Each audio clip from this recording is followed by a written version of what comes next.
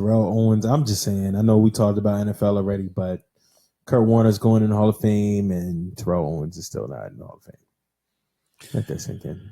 Yeah, well, that's why I think all of the bootlegging that Ray Lewis is doing, I don't think he's a first ballot Hall of Famer. You don't think Ray Lewis is a first ballot? Nope.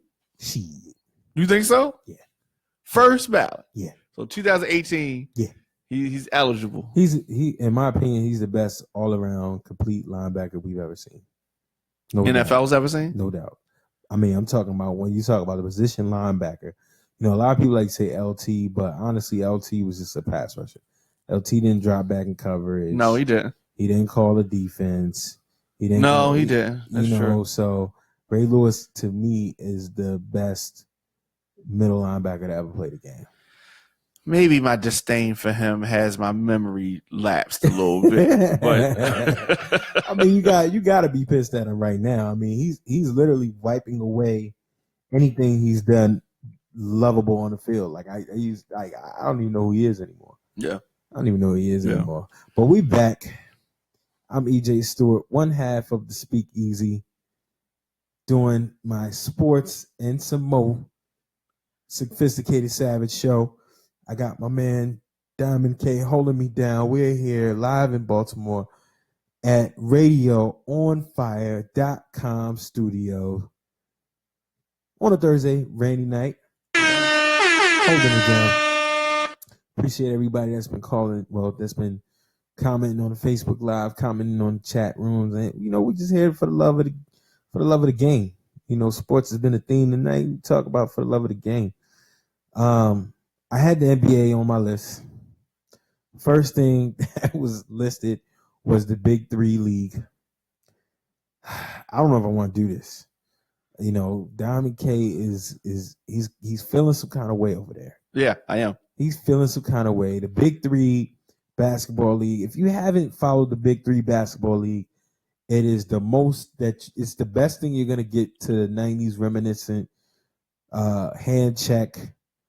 Old man hustling, shit talking, your once favorite, talented players playing. You got legendary coaches, Dr. J, Oakley. You even got my guy, Michael Rappaport, on the sidelines talking shit. I love him. He's hilarious. Love Michael Rappaport. Listen to his podcast all the time. The newest episode is crazy. It's good. So the Big 3 is the shit. And if anything, you got Chauncey Billups, Mike Bibby. Jason Williams got hurt, unfortunately. Got Mike Bibby, Chauncey Billups, and most importantly, the answer. Allen, Kid Buckets, Iverson. Diamond K. Go ahead. Who looked like trash when he was playing? Didn't he? He's been looking like some pure garbage. Which means he needs to be going to practice. He needs to be showing up. Okay. I love this concept. 3-on-3 basketball. You got a 5-man roster. They're switching people out. You know what I mean? Yeah. Playing half court. Yeah. It's not too labor intensive. They got 8 teams. You're doing, all the games back to back, 8 weeks, and then you got your playoffs and then your finals. So you're talking 10 weeks in total. Take us right to football season. Yes. And they designed it perfectly for that. They designed it even moved it around the Mayweather fight versus McGregor. Yeah. They even moved that around for them. They moved it around. How nice is that? I mean, you can't paint a better picture. You know what I mean? They've even like my man TJ Byers has said, they've even influenced the Olympic. That's going to be an Olympic sport now. Olympic sport now. Yeah. So I really like the concept. I really like Ice Cube, and he's got a partner with this, and so they're trying to make this thing work. Mm-hmm. We got traveling teams. They're going to different cities. You're trying to get some traction. I guess aside from the tri-state team, I can't think of like where each team is going to be based. Right. Because they're still trying to figure it out. Right. And so season 1, we really things have got to go as smoothly as possible. our star. You see how I'm setting this up. You are killing Our them. star player, coaches have got to show up. Okay, if you can't show up on the court because you've been on the court and you wasn't that good, not a game. Yeah, at least show up for the team. Damn it, we gotta bring an assistant coach to do it because AI wants to be AI. Damn it. Now AI. this is AI. It's close to the time. How old is he when he gets that money released? I don't know. I think it's coming up. Is it 50 or 50? I'm trying to think how old he has to be before, because he's got a pile of money to sit and that he can't get yet, and he ain't old enough for that yet. But he's old enough where he shouldn't still be doing the high school stuff that he's doing right now. What do you do? For those that don't know, damn it, AI had a wild night of partying and gambling Saturday night, so he couldn't wake up on Sunday to go to the game. Damn it! So he doesn't show up. Not a practice. A practice. Yeah, in Dallas. In Dallas. Damn it! Big deal. It's a good game. Damn it! I watched it Mondays, 8:00. Fox Sports 1. Fox Sports 1. Make sure y'all check it out. Support Big these 3 dudes. basketball. Fox Sports 1 Monday nights 8:00. I'm trying to figure out who's my team. Big 3 money for talking this shit. We should. I'm trying to figure out who's my team. I figured out. It was AI's team. It was. Team. This motherfucking AI, man. Come on. Yeah, so they had to suspend them. They had to. How do you get suspended in the Big 3 basketball league, bro? 10 weeks. You can't show up for 10 weeks. Not even 10. Just a hard 8. You know what I mean? How do you get suspended in a league where Michael Rappaport is the sideline reporter? This is like fun. This is the best situation. This motherfucker's cool with everybody. He has a podcast where he talks crazy shit and doesn't get in trouble for. Ice Cube is your boss. Ice Cube is your boss. One of the most rebellious motherfuckers in the history of rap. Charles Oakley is a coach. The person who said "fuck the police" is your boss, and he got to suspend you. And you got to get crazy. That's crazy. One of the most rebellious motherfuckers in hip hop that said "fuck the police" is your commissioner, your boss, your owner, and he had to suspend you. Damn, AI, damn, what are you doing? Like, how do you get suspended? You got Charles Oakley and Steven Jackson cursing, going at it on the sidelines. You got Oakley cursing his team out on the sidelines. You got Dr. J doing Dr. J. I mean, you got so much going on. You got so much going on in this league. I don't even understand how you get suspended, man. I mean, AI, you're a trailblazer, but god damn. Did you see any of the documentaries on AI before? Yeah. Like, his story is an amazing story. It's criminal. Yes, it's criminal. And he was a dual sport athlete, quarterback. I mean, all the talent, almost didn't make it. Yep. Like, almost didn't make it to professional sports because of living arrangements and him being who he is, and getting that fight, in the bowling alley. Yeah, it almost ended. I remember when that happened, and I remember. I mean, of course, like, I didn't know him like that, right? But I remember the story, right? And I was just like, damn, you know what I mean? It's just, and for him to come and become who he was, overcame so much. Yes, but like, you know, you were saying it about I don't remember who you said it about. Broner. This applies for AI. Yeah, he can't get out of his own way, even now. Yeah, I don't get it. He's a DMX of basketball. That's it. AI is a DMX of basketball. That's it. I mean, you know, trailblazer, changed the game. Everybody had cornrows. The NBA changed its dress code. The NBA, you want to talk about racism? You want to talk about prejudice? The NBA literally racially changed the dress code to counter what AI was doing for players coming in. They didn't have no dress code before AI. Nah, because nobody took it where he took it. Nobody went like that far. He was like a rap video in the NBA. Jewelry, tattoos exposed, not covered up. You know what I mean? Word. He was coming through town, Stern's nightmare, wilding out. You know what I mean? The posse, chicks, pouring out liquor, long chains, VIP, tattoos, all on that, the neck, everything, all that. Yeah, on the neck, everything. Loose, baggy. I mean, they extended the shorts, but his joints was extra baggy. Missing practice, getting into it with coaches, the whole nine. And I'm gonna honestly say, Iverson is the DMX of basketball. Those demons that are deep down within. I mean, granted, I'm not gonna say that the guy is on the ledge. I'm not gonna say the guy's on the ledge and losing everything because he went out for a night of gambling and he got drunk. I mean, it might just be a case of this guy thinking he's still 21. Like, you can't do it like that no more, AI. But these are things that you're supposed to know. And you get suspended from the Big 3. Like, that shit has my mind blown. Like, that's the last league you should get suspended from. The Big 3. Yeah. Ice Cube is your boss. Same guy that said, fuck the police. Niggas with attitude. I mean, it just don't get no sweeter than this, man. And he had to publicly apologize. And what's crazy? What I did like about it, and shout out to the guys around the Big 3, like Michael Rappaport. They immediately went to his defense. Michael Rappaport was on his podcast and was like, "Yo, man, I'm not gonna disclose why AI didn't play. It was medical. You know what I mean? We don't know what's going on. Leave him alone. This motherfucker was gambling." Yeah. That's terrible, man. That's terrible. They tried to cover for him. You know what I mean? They tried to cover for him. They did. So, I mean, sticking with the NBA, right?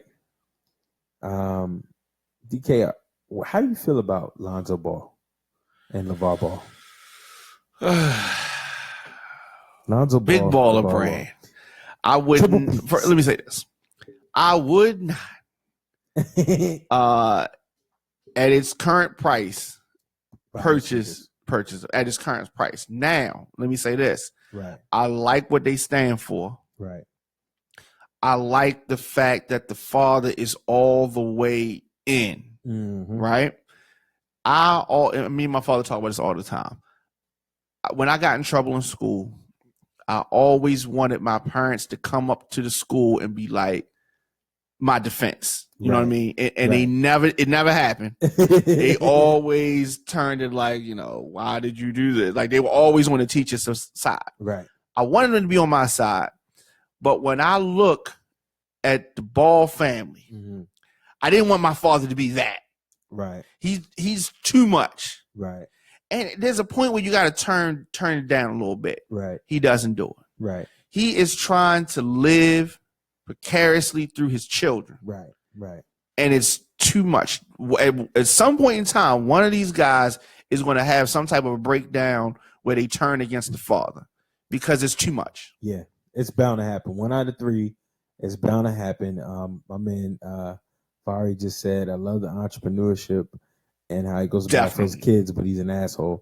I don't know if I'm going to go that far to say he's an asshole any more than Archie Manning. You can't see the asshole in him?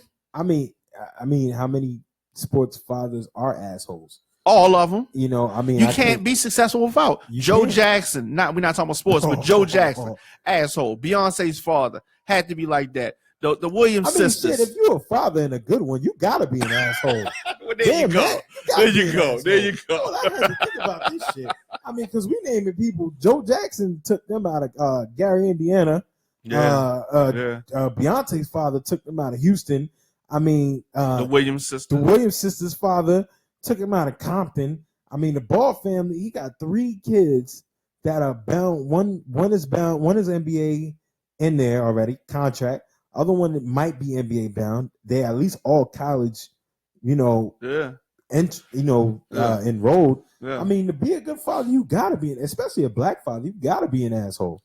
Now, let's go to the Williams sisters. If their father was up there talking so much, whereas though it's like, okay, Dad, come on, like it's too much on us. I get in a single player sport, I get it. But in a team sport, It's too much. But I mean, there's also different dynamics. It's tennis, which by and large, when they came in, didn't want their asses in anyway, and it's still tennis. It's still, they still get a lot of flack for the Even emotion now. that they show. Serena still gets flack for emotion that she shows on the court, and she's a million-time champion. But that's how we roll. We passionate. Plus, they're women. Right. And Right. he came up a different time. I mean, I agree. I think you're right. I think you're right in the sense that I don't think it's too much for us, but I think it might be too much for one of them boys. Because just the era of odds is on that side. Like, one of them, maybe even two of them are not going to do as well as one of them. Anytime you have kids, and my cousin Mike always says this, he lets his two kids know, like, one of you motherfuckers is not going to do as well as the other, but your job is to support the other. But when you have this platform where, everybody wants to be the man, failure is not going to be an option for those kids. So what's going to happen if one of them fails? And the pressure that he's put on these kids to do everything. Now, in the scheme of things, they could be out in Chino Hills trying to be gangsters. They could be out here trying to be bad. They playing basketball, and they cashing in. I can't beat that. I love what he's done with the Big Baller brand, right? Because people was laughing at him, right, until they started by producing numbers. Absolutely. Then the joke was on everybody else because he went. Didn't he go to them first? Didn't he try to go to Adidas, Nike, all of They them. laughed him out the room. Yep. They ain't laughing no more. Now they came back. Now they trying to negotiate something. Right. The kid played well in his summer league, but he played well in summer league. They saw his marketability when they had the different commercials, and he utilized his dad's overbearing personality as a selling point for the commercial. Yeah. So I mean, I can't knock him for that. Now, if he can come in and save the Lakers, then he'll be the man. That's a big ticket. I know, but that's a just big ticket. In order to do that, he had to come in there and really do some stuff and get some other players interested in coming to the Lakers. Yeah. But it's got to start somewhere. Yeah, I mean the Lakers got a young, decent team, and there's a lot of room for improvement. I mean, as long as he does what he's supposed to do. They 5-6 seasons away. Yeah, definitely. Yeah. Well, from a championship, yeah. Definitely. Especially with Golden State being the way it is. You know what I mean? And everybody else trying to load up and everything. Because you got to. Yeah. I'll be glad when we get out of this phase, though. You think it's just a phase? Yeah. I mean, how do you see it as a phase? Because I see it. I look at this load up stuff as like disco music. Okay. I love disco music. I do too. However, as a marketable, genre of music, it had a big blow up and then it fizzled out. Yeah. Because what do you do after that? Right. Like after the Donna Summer songs and the Diana Ross and all those, after you have all the dancing, then what? Donna Summers for sure. You know what I'm saying? Then what? What else? What else you got? So it's like after they create a couple, what do you do after? Because these players that they have loaded up in Golden State are phenomenal players. Right. These are once in a generation type players. Absolutely. After their careers are over, that's a wrap. Then what? The playing field is right. Then we're gonna have regular players. You're wide open. Then you have a period where they're regular players again, and maybe one or two standouts. Yep. Then gradually it's gonna happen. Yep. Because when have we had this level of talent at one time in NBA? I can't think of when. I mean, because if you go back to the golden era of the Lakers, whereas though, I mean, you had a couple, you didn't have this many players on one team. If you had Kareem, Magic, if you're throwing a Worthy or somebody else, you really stretching it. You're not talking 2.5. Curry, Durant, Thompson, LeBron, Kyrie. Yeah, I mean, you really had maybe two apiece. Right. That's what you should have. You should have two. You have like Larry Bird and like McHale. Yeah. And then another team, you have, Isaiah and whoever, whoever else. But But now you got all that we're going to burn. It's going to fizzle out, and then it's going to be back to probably one star standout player on the team, which is where it really needs to be. Speaking of that, man, I mean, I had a thing like, how do you feel about LeBron and his impact on the level of competition? I mean, I had it as competition and compensation because we talked about the compensation piece. I think LeBron is the only reason brothers are getting paid.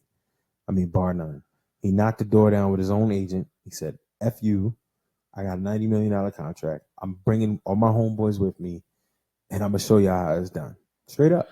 That's why that's another reason, one of many reasons why I don't see how people can hate on LeBron James. First, we talk about a family man. LeBron is a family man. Stays out of trouble. Yep. Okay. I mean, barring, stuff with his mother, some player that's enough to set anybody off, though. Right. That aside, he's out of controversies. Yeah. He's a good dude. Definitely donates. Yep. He's a positive role model. Yep. He's grooming his kids. Yep. Because these are athletes that are coming behind him. He's grooming them. And on the court, he is serious. Yeah. He is serious. He is focused. I don't see how you can dislike him at all. And like you said, he's looking out for other people. You know what I mean? It's just I don't see how and MJ obviously has an issue with LeBron James, and I think his issue is I don't know why, but he's threatened by somebody coming for his legacy in his lifetime. Yeah. And Kobe. Okay, so people that don't know, MJ says that Kobe is in front of LeBron. Right. How do you feel about that? You agree with that? I mean, stylistically, and I mean, even LeBron has said, I don't play like Jordan.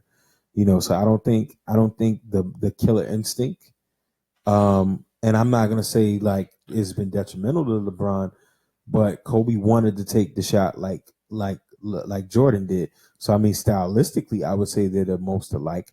I don't know if I can say that LeBron isn't better than Kobe because Kobe, quiet as kept, and nobody wants to admit this. Kobe has never not had a decent or great team around him. You came into the league and you had Shaq with you. Totally different Lakers. To win those championships. You had Ori, who had championship pedigree, and then even when they had just Gasol, that squad wasn't trash. I mean, LeBron went to the finals. I don't even know who was on the team anymore. Like, I don't even know if anybody that he went to the finals with the first time he plays NBA. We went to South Beach. Well, we went to finals. Yeah. Yeah. I mean, and then LeBron just basketball IQ and being a freak of nature. I don't know if it's something that you can really put in a blender and really make sense of it. But I definitely think stylistically and the Eye of the Tiger, Kobe is definitely the next Jordan in that realm. Well, here's the thing. Kobe bows down to Michael Jordan. Right. He gives him his props. I see where you're going. He bows down to him. He idolized him. I see where you're going. Understandably so. But he came right behind Jordan. Right. So it's obvious that Jordan would be somebody who inspired him. Correct. And he even had the benefit of playing in the league at the same time as Jordan. Correct. LeBron James is younger. Yeah. And doesn't hold Jordan in the same regard as Kobe does. Right. To me, LeBron James treats Michael Jordan like a lot of the mumble rappers treat Tupac and Biggie. I mean, I understand why y'all like them, but you know what I'm saying, right? But I mean, they ain't my favorite. Right. Yeah. I don't listen to them. I don't know their songs. Yeah. And then you get the rappers that come on stage and mess the words up and stuff because they're not really connected with them. Yeah. And LeBron James is like that with Michael Jordan. So you saying you think Jordan's hatred for LeBron stems from the fact that he has not kissed the rings? Yes, because you can't hate on his stats. You really can't hate on nothing about LeBron other than the fact you can't even say he's a whiner. You can't. People say it though. I mean, if you want to say anything, and this the people that I've heard complain about him will go to that, because I'll get all his stats and I'll do stats, I'll do accolades, I'll do personal, him as personality, like him as a man, like all that, and then I'll be like, yeah, and he say, but he's a crybaby, and I'm like, he lacks the killer instinct. He definitely lacks the killer instinct. Yeah. When it's go time, Kobe is trying to rip your throat out, and MJ too. MJ too. When it's go time, LeBron, he's disappointed me sometimes. But Kobe, he's got the eye of the tiger unless he gets caught cheating, and then he wants to tell on everybody else. Oh. You remember that? Yo, and you know what? Honestly, yo, and you know what? You are 1,000% right, and I've always kept that in the back of my mind. I'm never gonna love Kobe. How can you? I'm never gonna love Kobe for that simple fact alone. You got jammed up. So you want to throw your man Shaq under the bus. And if he didn't do that, we probably, if you want to be mad at reality TV, Basketball Wives, and Shawnee O'Neal, blame Kobe. Because if he didn't never dry snitch on Shaq, she probably would have still been with him. She would have still been with him. Like, he literally dry snitched on him. It's just like he had nothing to do with it. I'll never forgive him. Because my thing is this, us being guys, we've been in that situation. You know how locker room talk is. The fellas just around, you know what I mean? It's the same thing. It's the same issue that I had with Meek Mill. Okay, it's Safari. Yes, same. It's the same thing. Yes, him spinning the phone around so she can see what's going. You know, that type of stuff. Man. It's just like, you don't do that. You can't. That's not. That's man law violation. Even as a young boy, you're taught not to do stuff like that. Even your enemy. Even if you don't like the cat, like, that's just, you don't do that, man. That's I never forgave Kobe for that, man. Yeah. I never forgave Kobe for that. And if he didn't do that, Shaq would have been in LA, and that championship that the Heat got, the Heat would have never won anything, maybe ever, because nobody really would have been able to see how great of a player D Wade was. You know, he probably would have got banged up. He probably would have been washed or whatever. I won't see washed, but, you know, Shaq going out there was the best thing for D Wade, and he would have never left LA if not for Kobe dry snitching on him, man. But we have to blame LeBron for the loaded team situation. I mean, as much as we want to say Boston did it, you know, Ray Allen at the time, people wasn't kicking down doors to get Ray Allen before Boston brought him back. People wasn't kicking down doors. And they made the trades and they did what they did. I mean, LeBron and the way he did with the decision and everything like that, you know, he is the cause of the current super team attitude. But at the same time, it's like he's feeding into what the league has perpetuated. And you can't be mad at him because you got guys like a Barkley, like a Stockton, like a Malone, you know, that have done everything you could possibly do on a pro level. And people still say, well, he's a Hall of Fame, but he ain't got no ring. You know what I mean? He's a Hall of Fame, but he ain't got no ring. So LeBron had to do what he needed to do to quell that. And, you know, I mean, that he is to blame for the whole super team mentality right now. And, you know, it is what it is. I mean, I say at the end of the day, rumble, young man, rumble. You can get your money and get a ring. Why not? Because it's clear these owners don't care about you. You know, when he left the first time, Dan Gilbert wrote that slave master letter. I'm kind of, I guess if I can say anything, I'm kind of pissed with him that he went back to Dan Gilbert. You know, I'm kind of pissed that he went back. You know, I know he did it for Cleveland, but I'm kind of pissed he went back, man. But yeah, I mean, it's definitely why? Just because of that? Absolutely. But I mean, I think that the bigger picture is that to show the city, like for the city. So it's like, despite all of that, this is for the young kid coming up in Cleveland, the young boy that wanted to have a championship and wanted to see it, and I think that his connection with this is why I like him, right? Because one of the many reasons, his connection with and is why he's so much of a better person than Ray Lewis, because his connection with where he came from, because he didn't come up rich, he didn't come up with a lot of money. Right. You know what I mean? His connection with the guy that he used to be is so strong, and he still never forgot it. Still has those ties. And he has many more dollars than Ray Lewis. Right. You know what I mean? And he still hasn't lost it. And I think that's valuable. He brought his whole team with him. Right. I still never will forget the flack that he took for bringing his entire team with him, bringing his boy on to manage him, and all of the things that they said wouldn't work, and he's still here. It has worked. And it's worked double time. And he's going to get other rings. I don't know about that. Who are we talking about? No, not Ray Lewis. I'm talking about LeBron's not going to get another ring? What? I mean, first and foremost, before his career is over, you don't see another ring in his future? He almost got it this year. Where? Because Cleveland's fucked up. They are. Cleveland has fucked up. And Roger Mason said on I Am Rappaport podcast, on the latest episode, he used to represent the NBA Players Association. So people looking at Roger Mason like, it's Roger Mason. But Roger Mason's got the inside track. He said, we knew Cleveland was going to trade for Kyrie. Kyrie got word of it and then publicly just said, all right, trade me. So now Cleveland went crazy after that. Right. So now Cleveland is making Kyrie look like the bad guy. And I can't see Cleveland is or Kyrie is. No, Cleveland. So look, here's the thing. Cleveland was trying to trade Kyrie on the low. Wasn't that low? Right. Kyrie found out and said, well, let me go. Let me try to sway where I need to go. You can't knock him for that.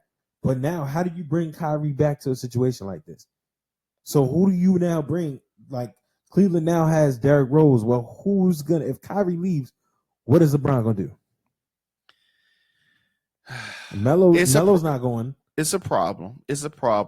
I think he wants to go to the Knicks. Kyrie. Yeah. I'll take that. And so he wants his own thing. Right. He doesn't want to be Lieutenant or Robin to Batman. Correct. He wants to be Batman. Correct. I respect that. If that's the case. He's good enough to be the man. True, but if you found out that your organization that drafted you, that you helped get a championship, wanted to trade you, and you just came out and said the hell with it, it don't even have to be about it. Could be LeBron though. Yeah. Well, I don't think so. Because here's the thing. We didn't get a championship. Right. Now it's come time to point fingers. In the off season, they doing the finger pointing. Right. You're trying to switch the things up. Right. We don't want to be in this situation we were last year. We got outgunned. Kyrie's inconsistent sometimes. And they looking at like, okay, maybe he's the problem or one of the problems. But then on top of that, though, you also got to ask, where is LeBron going to stay? That was up in the air too. Everybody's saying that LeBron wants to go to LA. I don't think he's going to LA. It ain't nothing for him to go. The to Lakers LA or the right Clippers? Now. The Clippers. I mean the Lakers. I don't think there's anything for him to go to LA Lakers with right now. No, but not even the Clippers. It's better for him to go before than after. Is better. I mean, better for who? For him. LeBron or Kyrie? No, LeBron. To go to LA? No, it's better for him to go early than to go, go to LA late. Yeah. Yeah. I mean, he could go to LA right now, and I mean, don't go like late like Durant. You know what I mean? You got to go early. Oh yeah. Well, I mean, he's still not got another year, but yeah. I mean, to Kyrie's defense, you got to be looking like, is he really going to stay in Cleveland? Is he really going to stay? And ain't no guarantee he's going to stay. That's why he don't want to do nothing long term. Exactly. He said he don't want to do nothing long term. Because he wants to be able to hold the chess pieces as to say, nah, this situation not gonna work over here or long. Right. I respect that. Right. So, but it seemed like they almost trying to make the issue between LeBron and Kyrie. And that's what Roger Mason was saying. They're trying to make Kyrie look like the bad guy. And I don't think that's the case at all. I mean, I think if you're Cleveland management, you gotta right the ship. You gotta make everything right for y'all to get right back to where they messy anyway though. They messy. We've seen how messy they can be anyway. Why would you want to stay in Cleveland? And LeBron ain't no guarantee he's gonna stay in Cleveland. I'm not mad at Kyrie. I'm not mad. I mean, I wish they're never gonna pull the trigger with the Knicks because people just don't ever want to trade with my team. You know, we don't ever get what we need to get, but you know, and then Melo now is coming out. Melo now is playing the hand saying, well, I don't want to go to Cleveland anymore, and I don't even know what's going on with him. I just think Melo he lost the eye of the tiger. Yeah. You know, he lost the eye of the tiger some years ago when I seen him disappear in the playoffs when we won 50 games. Knicks won 50 games, not because of Melo, but mainly because of our bench. We won 50 games, and he checked out in the playoffs. I don't know what kind of player he's going to be going on the road, and honestly, I don't blame him. You know, he's put in his work. You know, he's worried about his community. He's a father. He's made his money. I'm with it. I'm good with it. You know, but as a Knicks fan, I need something better. I need something different. What's the solution over there in the Knicks camp? Yeah. First and foremost, we got rid of Phil Jackson. I was elated. I mean, literally, that was like the closest. Knicks is not my team, but I was happy to see that happen. I mean, I think everybody was, man, because it was like, yo, what are you doing? You know, Phil Jackson is bugging. Some Knicks fans will argue that Jeff Hornacek is a good coach. I don't really agree. I think he's decent, but I don't think he's a good coach. I think Phoenix had a lot of talent, and they won, and they snuck up on people, but I don't think he's right for the New York market. I don't think he's what we need as a coach. If I'm the New York Knickerbockers, I'm bringing Mark Quality Minutes Jackson to coach or GM this team. You know, you fired Phil Jackson, and then you bring in a guy who I'm not even going to mention his name. He's not even worthy for me to say his name right now. You know, you bring in Steve and you let him hang around. You got to bring in Mark Jackson, man. Mark Jackson is New York basketball. He's a great coach. And for the people that say he didn't do, that isn't his Golden State team, that's asinine. He took the Golden State Warriors from the bottom of the barrel, took them to the playoffs, took them to the West Conference Finals. When people wrote Curry off, they said them ankles is never going to be right. They said them ankles are never going to be right. Bogut was hurt every year. You know what I'm saying? He brought these guys out of the bottom of the barrel. Steve Kerr comes in one season. You mean to tell me Mark Jackson didn't do none of that? First, and then furthermore, Steve Kerr don't even coach.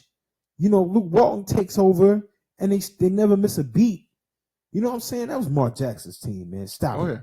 And you mean to tell me Mark Jackson, who took that team from the bottom of the barrel to the Western Conference Finals, to then ultimately, when he left, to a championship appearance and then some, you mean to tell me he ain't get a job? You want to talk about the NFL and boycotting the NFL and somebody being blackballed? Well, how the hell does Mark Quality Minutes not have a basketball NBA head coaching job right now? How is that?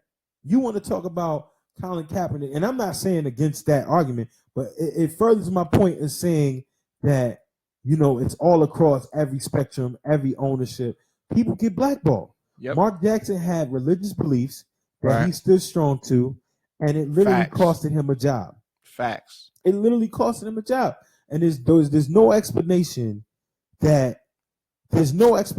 as to why this guy, who he's already past the anomaly of ex-players being coaches.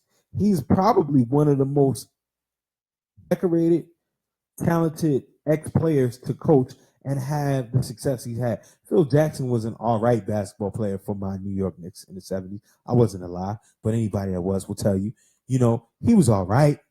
You know what I mean? And then two, Phil Jackson, what makes him such a great coach when you had the best player in the league, you know, on that team, and then you had arguably the best two players in the league on the next team. He never really had to face any coaching adversity. Mark Jackson came in and took a Warriors team that literally was at the bottom of the barrel. People wrote off Steph Curry, and he took them too close to the promised land, and he still can't get a job today. Which is crazy. Somebody explain that to me. Which is crazy. Explain that to me. You know, Jeff Hornacek. So, I mean, to fix the New York Knicks, how to get Mark Jackson in there? He's going to attract players. And even if he doesn't, he's going to be able to, work with what he has because he knows the game. He's still in tune with the game. And, that's where we got to start. And New York wants it. It's really tough being a New York fan if you're not the Yankees and the Giants. And I had this theory, and I mean, we could rap at any time, but I have to say this about New York sports. If you're a Yankees fan, are you a Yankees fan? I grew up both. I'm more impartial to wanting the Mets to win because the Mets always took care of local communities, like giving free tickets to little leagues. But I grew up, I was born with a Mets onesie, literally. I went to Yankees games in the 90s when Ricky Henderson would run around the bases. You could buy a nosebleed ticket and then walk to the dugout. We was that trash when Steinbrenner was out of baseball. I got tons of Yankee stuff and Mets stuff. So I grew up both because for me it's like it ain't no reason. So are they like the Giants and the Jets in that regard? I would say yeah to a degree because Yankees fans always talk shit about Mets fans and vice versa, and Giants fans do the same thing. But see, New York Giants fans, most black Giants fans are sons and daughters of immigrants because they were only good in the early 90s, late 80s when a lot of black people migrated to New York, and most immigrants are going to pick up the hottest thing. So then you raise a generation of Giants fans because they was the hottest thing. Yeah. But realistically, you can't lose if both teams. New Yorkers are dumb. Like I gotta say this, you got Baltimore. Y'all got one team every sport, and y'all ride with them. Even when you can see the obvious racial divide. Adam Jones clearly said baseball is a white man's sport. He's y'all center fielder, great guy, one of the coolest guys I've ever met. But if y'all had two teams, y'all would go nuts. You know what I'm saying? Yeah. New York is a finicky place where we got two teams in the city that don't block one another. If the Giants win, great. If the Jets win, great. Like if they both dominate their leagues, it's going to be an all New York Super Bowl. Same thing with baseball. Basketball, I'm not rocking with the Nets. I like the Nets when they were. Yo, that would be crazy. But yeah, if you had. That would be crazy. If you had two New York teams playing the Super Bowl, that would be That's crazy. What I'm saying. And it's like I never even thought about that. New York fans can't even fathom that because they're getting so much in their own way. And it's like if you had the Giants' success has no bearing on the Jets' failure, and vice versa. Right. Same thing with the Mets. We had a Subway Series in 2000. The city was jumping. You could not lose. Yeah. You know what I'm saying? So to your original point, it's just like, man, I hate what New York fans do, and New York is clamoring for somebody like a Mark Jackson to come back, man. You got to bring him in there. You got young talent. You got Porzingis. You got Hernan Gomez. You got this young cat. You still got Melo. You got to bring him in there, man. Yeah, got to bring him in there. Yeah. So I hope it happens. Yeah. But it's about that time. Yeah, we got to wrap up. In your opinion, Philly got the worst fans. I don't know about that. I don't know. You said Philly got the worst fans. That's debatable. We gonna they definitely had. I don't know if they had the worst fans, but their fans are very vocal. It's very you can fight end up having to fight your way out of their games. They are savages. Philly fans are some savages, and they ain't won a goddamn thing. I mean, the last thing he won, I don't remember the Phillies. I think the Phillies might have got one. I think. But 76 is back in the day. I mean, Philly's going through the pain too. But yeah, it's about that time. DK, I thank you, my brother, for the opportunity. Absolutely. For holding it down for us, man. And we're on radioonfire.com, straight out of Baltimore. Check out Diamond K's show every day at 9 a.m. Yep. On radioonfire.com. Watch him live. Follow him on Facebook at Diamond K. What's your Facebook? The Diamond K Show. The Diamond K Show. This is the man that recently aired out Roland Martin, my own frat brother, who happened to have been in town that week. I was trying to be petty and go down there and see if we couldn't get him up here, but that would have been cool. That would have been cool. I was sick. Maybe we can campaign to get him up here. He was here. I was trying to tell you. I didn't know that. Yeah. In town, my brother. For the 90th? For the 94th. 94th, I'm sorry. General Convention. I had to think. 94. He was in town. Oh wow. He was downtown. Yeah. He was downtown. How about that? He's downtown. So yeah, maybe next time we get him around here, you know. But Diamond K Morning Show, radioonfire.com, a lot of great shows. SpeakEasy will be back next Thursday at 7 to 9 p.m. and we out. All right.